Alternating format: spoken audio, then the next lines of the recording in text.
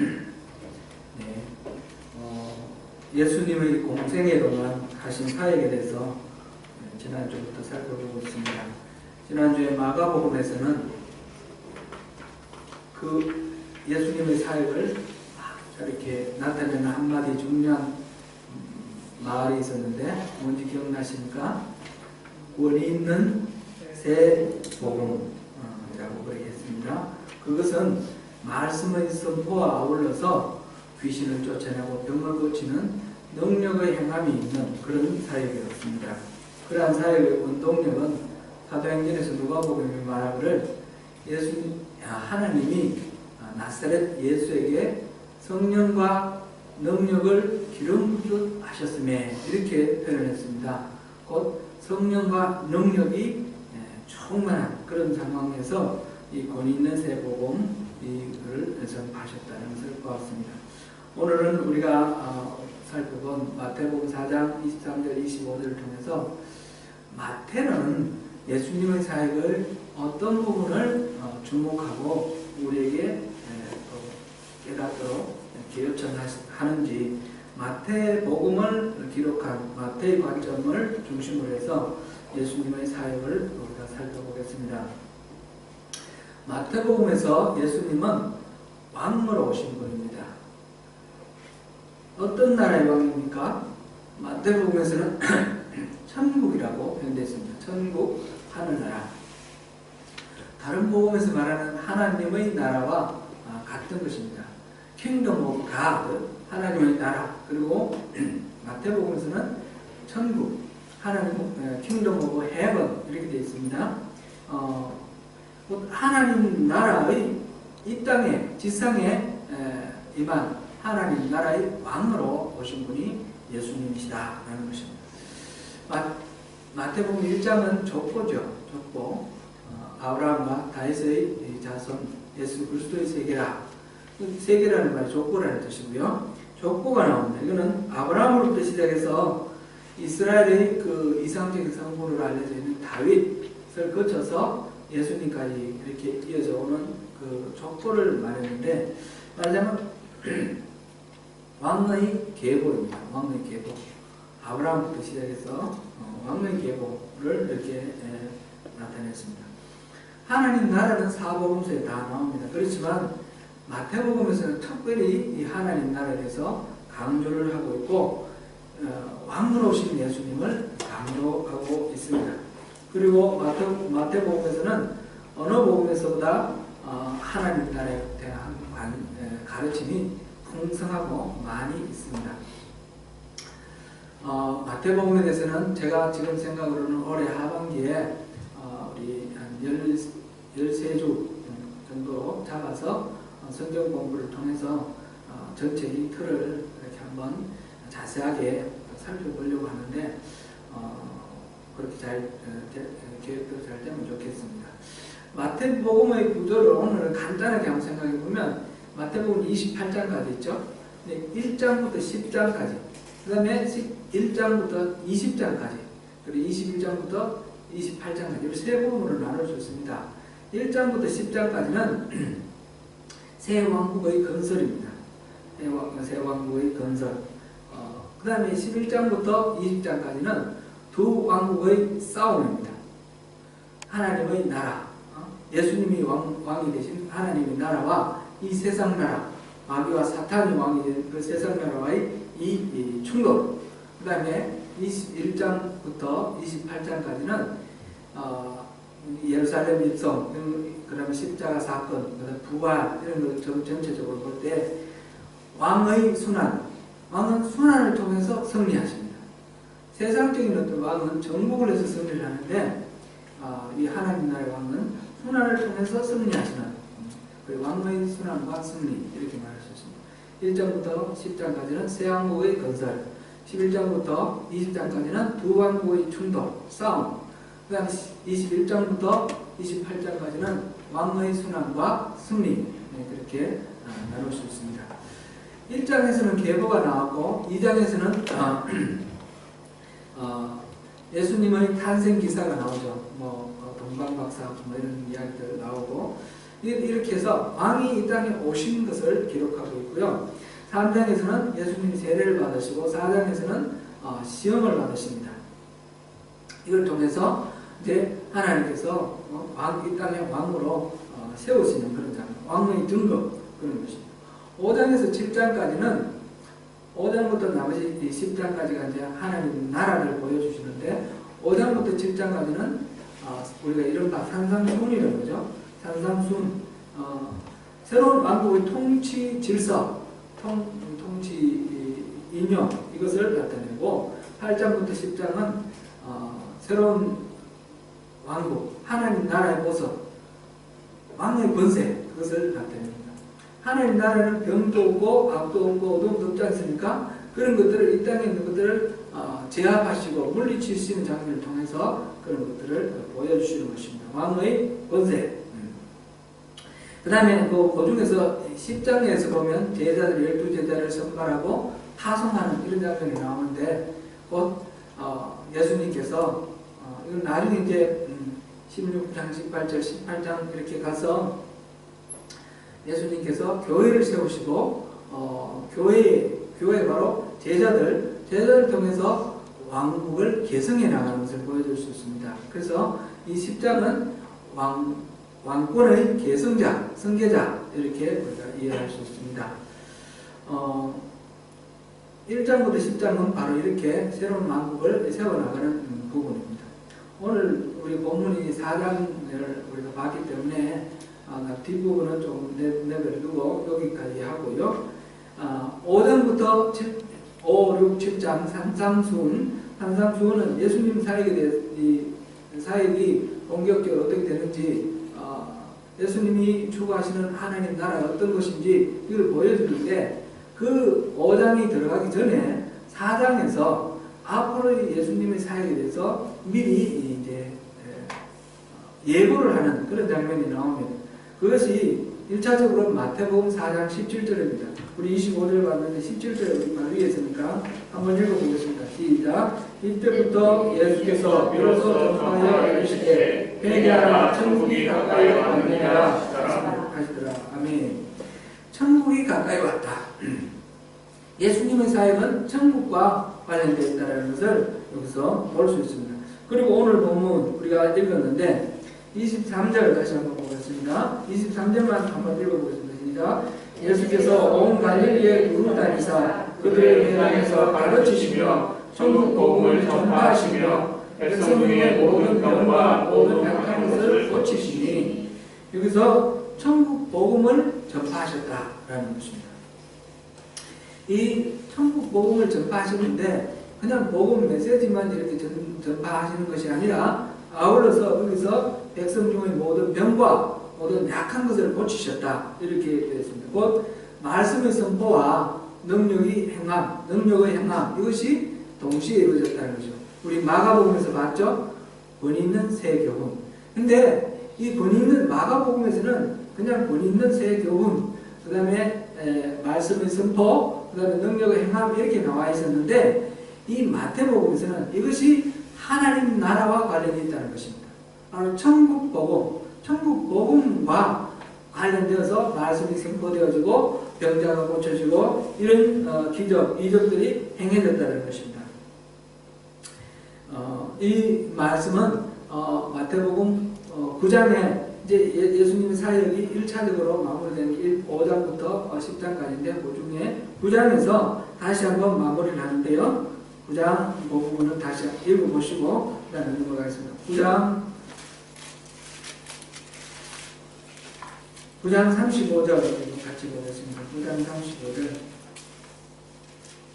시작. 예수께서 모든 도시와 마을에 두루 다니사 그들을 회당에서 가르치시며 천국 복음을 전파하시며 모든 병과 모든 약한 것을 고치시니라. 이거는 아까 4장 17절 말씀과 같죠. 예. 이렇게 예수님이 사역하시는 것이 그 복음을 전파하는 것과 그 다음에 병자를 고치고 약한 것은 뭐 병으로 드러나지 않지만 약한 부분 있잖아요. 그것을 회복시켜주는 것, 영적인 부분까지 포함해서 이런 것을 치유하는 이런 것까지 다 포함해서 이렇게 고치, 치유의 사역 이런 것들을 봅니다. 이 예수님의 사역은 예수님의 제자들에게 그 왕국을 승계했다, 계승했다 그렇게 말씀을 드렸는데 예수님의 제자들은 결국 이 사역을 하기를 예수님은 원하셔서 그렇게 훈련시키신 겁니다. 예수님의 사역의 전체적인 성격을 볼 수 있는 것이 바로 10장 1절에 나옵니다. 10장 1절에 한번 보겠습니다.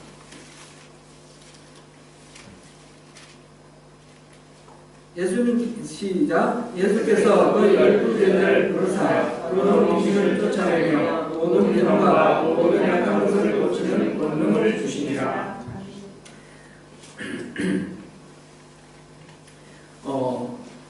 예수님께서 제자들을 파송을 하십니다. 파송을 하실 때 이렇게 더러운 귀신을 쫓아내고 병과 약한 것을 고치는 그런 권능을 주셨습니다. 그런데 여기 이게 주셨고 실질적으로 이제 나갈 때에 예수님께서 이렇게 하라 하고 명령을 하시는 부분이 7절 8절인데 7절 8절을 읽어보면서 함께 생각해 보겠습니다. 7절 8절 10장 7절 8절 시작. 가면서 전파하여 말하되 천국이 가까이 왔다 하고 모든 자를 고치며 죽은 자를 살리며 나를 환자를 깨끗하게 하며 귀신을 내쫓을 너희가 거저 왔으니 거저 들어와. 아멘. 여기서 전파하여 말하는 이 내용이 천국이 가까이 왔다는 것입니다. 마태복음에서는 이 천국을 그렇게 강조하고 있습니다. 똑같은 내용이 마가복음에서 나와 있는데 마가복음에서는 회개하라 전파하고 이렇게만 되어 있습니다. 회개하라고 전파하라 했는데 마태복음에서는 천국이 가까이 왔다 이렇게 전파하라고 예수님이 말씀하셨습니다. 곧 마가복음에서 한 걸음 더 나아가서 마태복음에서는 예수님의 모든 사역이 천국 복음, 하나님 나라의 복음과 연결되어 있다는 것을 우리가 여기서 확인할 수 있습니다. 이렇게 보면 예수님의 사역 전체를 표현하는 두 가지 대표적인 표현이 바로 말씀 선포와 능력 행함이고, 이거는 마가복음에서 비슷한 그런 내용이었고, 이것이 하나님 나라의 복음과 연결되어 있다라는 것을 알 수 있습니다. 하나님 나라, Kingdom of God, Kingdom of Heaven의 사역으로 예수님이 말씀을 선포하셨고 또 능력을 행사하셨다. 이렇게 우리가 이해하면 되겠습니다. 이 중에서 그 내용을 조금만 더 들어가 보면 좋겠습니다. 하나님 나라, 이 말씀을 선포하는 것은 무엇인가? 말씀 선포에 대해서 조금 생각해 보면 이 중에는 산상수훈만을 생각해 보면 되겠습니다. 산상수훈을 우리가 생각을 할 때 이것도 새로운 계명으로 이렇게 생각하니까 굉장히 산상수훈을 읽는 것이 부담스럽습니다. 우리 출애굽기 할 때 10계명을 읽을 때에 그런 말씀 나눴습니다. 10계명, 이 10가지 계명, 이것도 하나하나 우리 계명으로 이렇게 생각을 하면 좀 이렇게 무거운 짐처럼 느껴지는데, 이 10계명 자체가 10계명과 그 다음에 7가지 율례를 주셨을 때 시내산에서 주셨을 때 그것은 하나님 나라의 모습, 그것을 보여주시면서 하나님 나라를 우리를 초대하는 말씀이다. 초대 글이다. 이렇게 우리가 살펴봤던 기억이 있습니다. 마찬가지로 산상수훈도 하나님 나라의 질서라는 것입니다. 질서. 하나님 나라는 이런 곳이다. 하나님 나라에 사는 사람은 이런 사람들이다. 그래서 여기에 동참하라, 참여하라. 그런 초대의 말씀으로 우리가 이해하면 좋겠습니다. 산상수훈은 예를 들어서 우리 팔복을 한번 생각해 보겠습니다. 예를 들면 이 팔복은 이렇게 하면 복을 받는다 하는 복을 받는 방법, 지침 이런 것이 아닙니다. 하나님 나라 사람들은 이런 사람이다. 하나님 나라 사람은 심령이 가난한 사람이고, 하나님의 나라 사람은 애통하는 자고, 온유한 자고, 의에 줄이고 목마른 자이고, 긍휼히 여기는 자이고, 그리고 마음이 청결한 자고, 화평케 하는 자고 의를 위하여 고난을 당하는 자, 박해를 받는 자, 그런 사람들이 하나님의 나라 사람들이라는 것입니다.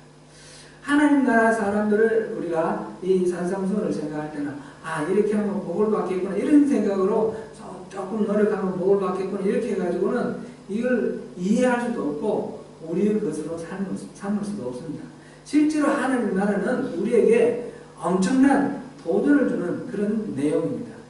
우리 일상의 삶, 이때까지 살아왔던 모든 삶을 버리고 새로운 세계로 들어가야 한다는 것을 새로운 세계로 초청하는 그런 말씀입니다. 아주 근본적이고 아주 혁신적인 그런 삶의 가치와 그것이 우리에게 제시되고 있습니다. 그렇게 할 때 그런 하나님 나라의 삶을 사는 사람들에게는 어떤 복이 있느냐? 그게 팔복입니다.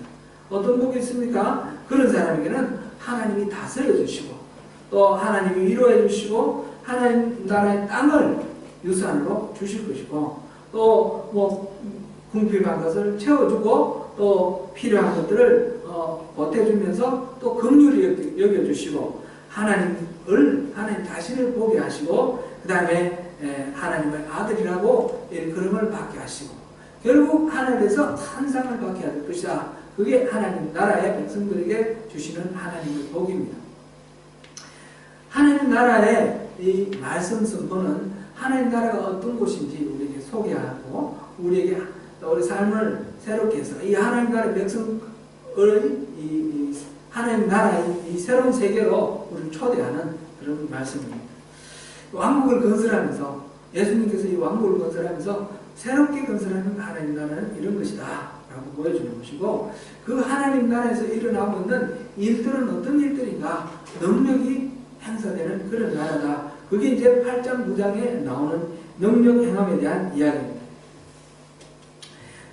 여기서 이제 보면 병자들을 고쳐주고 뭐 여러 가지 기적과 이사들이 나타나지 않습니까? 이건 단순한 기적과 이사가 아니고 여기에 메시지가 들어있다는 것입니다.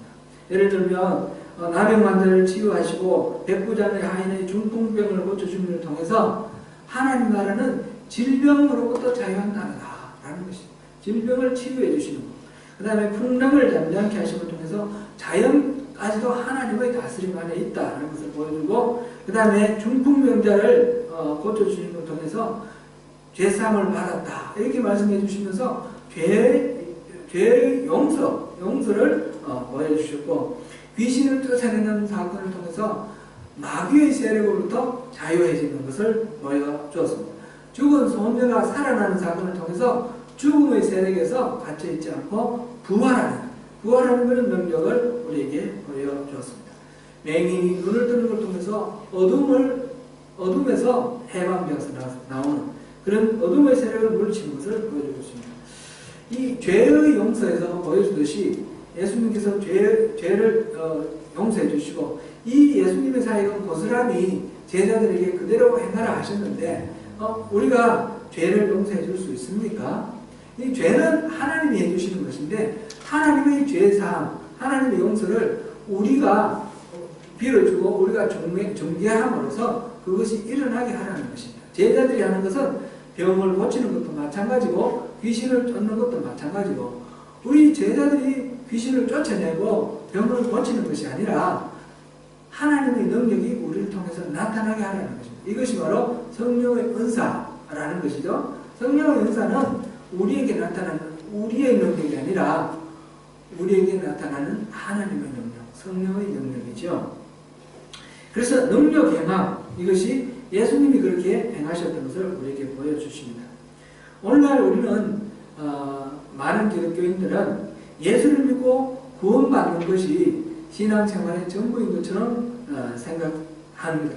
거기서 조금 이제 발전을 하면, 진전을 하면 구원받은 은혜에 감격해서 하나님께 내가 감사하면서 은혜에 보답하기 위해서 교회에서 섬기고 또 복음을 전하고 이런 식으로 내가 은혜를 갚는 그런 선한 행위를 하는 것으로 그렇게 이해를 합니다. 그것이 우리의 봉사다 이렇게 생각합니다. 성경의 가르침으로 보면 그런 것이 아닙니다. 은혜 갚는 것이 아닙니다. 신앙생활은 우리가 구원받았고 구원받은 것에 은혜 갚고 이런 것이 아닙니다. 신앙생활은 두 가지인데 첫째는 우리가 구원받는 거죠. 구원받아서 하나님 나라의 백성 되는 거죠. 그래서 그걸 우리 하나님과의 친밀한 교제, 하나님의 자녀로서 하나님과 친밀한 교제를 이루라 그랬습니다. 근데 두 번째로는 내가 그래서 감사하면서 내 힘과 내 능력으로 이렇게 하나님께 보답하는 그런 것이 아니라 하나님 나라의 백성이 되는 것입니다. 하나님 나라의 백성. 우리 뉴질랜드에서는 어떻게 교정하는지 모르겠지만 우리가 학교 다닐 때 한국에서 우리가 살았으니까 국민으로서의 의무가 있습니다. 그죠? 국민으로서의 의무. 네 가지 4대 의무가 있지 않습니까? 의무가 뭐죠? 국방의 의무, 납세의 의무, 교육의 의무, 노동의 의무. 그죠? 우리 네 가지를 배운 게 기억이 납니다. 이 의무는 일방적으로 희생만 하는 것은 아닙니다. 그것을 통해서 오히려 또 그 나라에 여러 가지 혜택을 받는 그런 은혜의 통로입니다. 교육의 의무는 교육을 받음으로써 우리가 더 나은 어떤 능력을 갖추게 되고 그렇게 더 많은 지식을 갖추게 되고 이렇게 되는 거잖아요. 그렇게 되는 것. 노동을 함으로써 내가 건강하고 삶을 유지해 나가는 것. 마찬가지로 하나님 나라의 시민으로서 의무가 있는데 이 의무는 일방적으로 희생하고 그런 것이 아니라 그 의무를 감당함으로써 그 나라의 은혜를 누리게 되는 그 국민으로서의 특권을 누리게 되는 것입니다. 곧 우리가 구원받아서 구원받는 것을 끝나는 것이 아니라 하나님 나라의 시민으로서 마땅한 그 삶을 살아야 된다는 것입니다. 그 하나님 나라의 시민으로서 삶이 산상수훈에서 말했던 그런 삶입니다. 그 삶이 제가 여러분들께 계속해서 말씀드린 우리 신앙의 본질 얘기할 때 첫 번째는 우리가 하나님과 친밀한 교제가 있고 두 번째는 동력자의 삶이라고 했습니다. 하나님의 뜻을 분별하고 하나님의 뜻에 전 생애를 통해서 전 존재로 하나님의 뜻에 순종하여서 하나님의 그 동력자가 되는 것. 하나님이 하시고자 하시는 일을 나를 통해서 나의 입술과 나의 손발을 통해서 이루어지게 하는 것. 우리가 주기도문에 우리 예수님께서 우리에게 기도하셨잖아요. 이렇게 기도하라 그랬는데 하나님 나라가 임하옵시며 뜻이 하늘에서 이룬 것까지 이 땅에 이루어지이다. 이렇게 기도하라는 말은 내가 바로 그렇게 하나님 나라를 이 땅에 이루는 일원이 되라는 것이고 하나님 뜻을 이 땅에서 이루는 그 주체가 되라는 그런 예수님의 말씀입니다. 바로 그것이 우리가 하나님 나라의 하나님의 동력자의 삶이고 하나님 나라 시민으로서의 삶이 되는 것입니다. 하나님 나라의 삶, 이것이 이렇게 우리가 삶 속에서 그렇게 살아갈 때에 그럴 때에 우리 앞에서 봤던 그 능력 행함, 제자들에게 주셨던 그 권세, 그것이 우리에게도 나타난다는 것입니다. 모양은 다양한 방법으로 여러 가지 방법으로 나타나겠지만 하나님의 시민으로 살아갈 때 성령의 은사가 우리에게 나타난다는 것입니다. 하나님 나라의 삶을 살기를 요청하시는 예수님의 명령이 이른바 지상명령입니다. 지상명령은 마태복음 28장 18절부터 20절인데 우리 같이 한번 보겠습니다. 28장 마태복음 마지막입니다.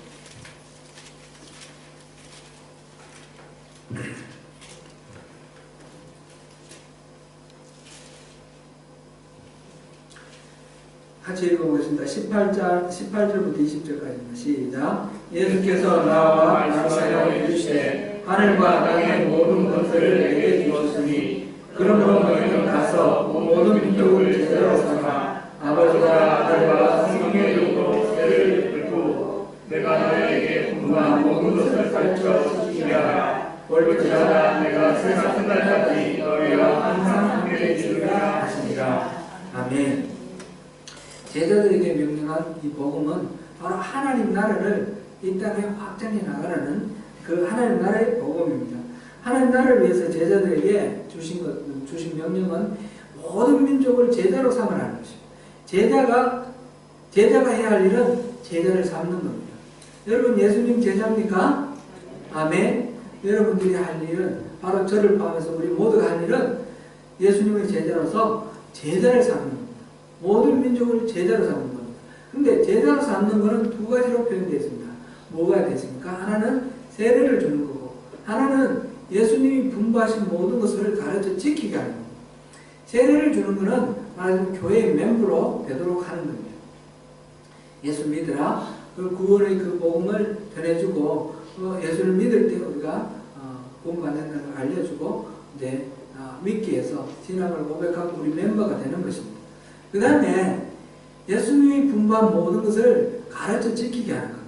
예수님의 그 말씀하신 것들을 다 잘 가르쳐서 그 말씀대로 살도록 만드는 것이 제자 삼는 일입니다. 우리 예수님 제자들인 우리가 할 일이 모든 민족을 제자로 삼아서 그들을 세례를 주고 그들에게 예수님이 우리에게 분배해 주신 모든 것을 가르쳐서 그들이 예수님의 가르침대로 살도록 만드는 것. 예수님의 이 하늘나라의 시민으로 만드는 것. 그것입니다. 예수를 믿는다는 것은 그래서 단순히 구원받는 것. 내가 예수 믿는 것. 이 땅에서 막 어려움 있고 고난 있고 이럴 때에 꼭 참아가지고 견뎌내서 마침내 내가 천국에 가는 것. 이것이 우리의 목표가 되면 안 된다는 것입니다. 예수를 믿는 것은 우리가 예수를 믿는 것, 그래서 하나님 나라의 백성, 구원받아서 하나님 나라의 백성 되는 것과 더불어서 하나님 나라의 시민으로 사는 겁니다. 그래서 하나님의 소원을 이루어 드리는 것이고 하나님의 뜻을 우리가 수행하는 하나님의 동력자의 삶을 살아가는 것입니다. 이런 일은 결코 쉽지 않은 일입니다. 우리는 신앙생활을 편안하게 내가 좀 이렇게 좀 편안하고 마음도 편안하고 이런 것을 주로 많이 원합니다. 교회 와서 예배를 드릴 때도 우리가 추구하는 것은 주로 이 예배를 통해서 내가 좀 이렇게 편안해지고 좀 새 힘을 얻고 위로받고 격려받고 이런 식으로 우리가 생각합니다. 이건 지극히 자기중심적인 생각입니다. 예배를 통해서 우리가 위로받고 또 격려받는 것은 그런 식으로 단순하게 우리 중심적으로 생각해서 위로받고 격려받는 것이 되어서는 안 됩니다. 예배를 통해서 하나님께서 무엇을 원하시는지를 알아야 되고 하나님 뜻을 분별하고 하나님 뜻에 맞춰서 내가 어떻게 해야 될 것인가. 결국 자기를 부인하는 것이 예배라고 그랬습니다. 자기를 태워 온전하게 올려드리는 번제가 예배의 핵심이라고 했습니다. 예배를 통해서는 부대끼어야 됩니다. 예배를 통해서는 내가 뭐가 잘못됐는지 그것이 드러나야 되고 내가 뭘 회개해야 되는지 그것이 드러나고 그 속에서 하나님 뜻이 어떻게 내 삶 속에 관철될 것인가 내 삶을 결단하는 그런 것이 보여야 됩니다. 그러면서 그 하나님의 그 나라 자기를 부인해서 내가 들어갈 수 있는 그 나라가 어떤 나라인지 깨달아지고 그것이 내게 어떤 복이 되는지 깨달아질 때 그럴 때 참된 위로와 참된 격려를 받는 것 이것이 예배입니다. 자기중심적으로 자기의 만족을 채우는 것이 아니라 전적으로 하나님 중심으로 자기를 부인하고 하나님 중심으로 옮김으로써 하나님이 기뻐하심을 통해서 주시는 하나님의 그 기쁨 그것이 내게 전달돼서 내가 기뻐지는 것. 하나님이 기뻐하시니까 기뻐하고 하나님이 좋아하시니까 나도 좋아하고 그것이 우리 신앙의 이상적인 모델입니다. 이것은 목회자나 선교사에게만 요구되는 것이 아니고 모든 우리 성도들에게 다 요구되는 말씀입니다. 그래서 믿음은 우리가 적당하게 선을 그어놓고 이거 넘어가지 말아야지 적당하게 요 안에서 내가 해야지 이런 식으로 선을 쳐놓으면 안 됩니다. 넘어가는 것입니다.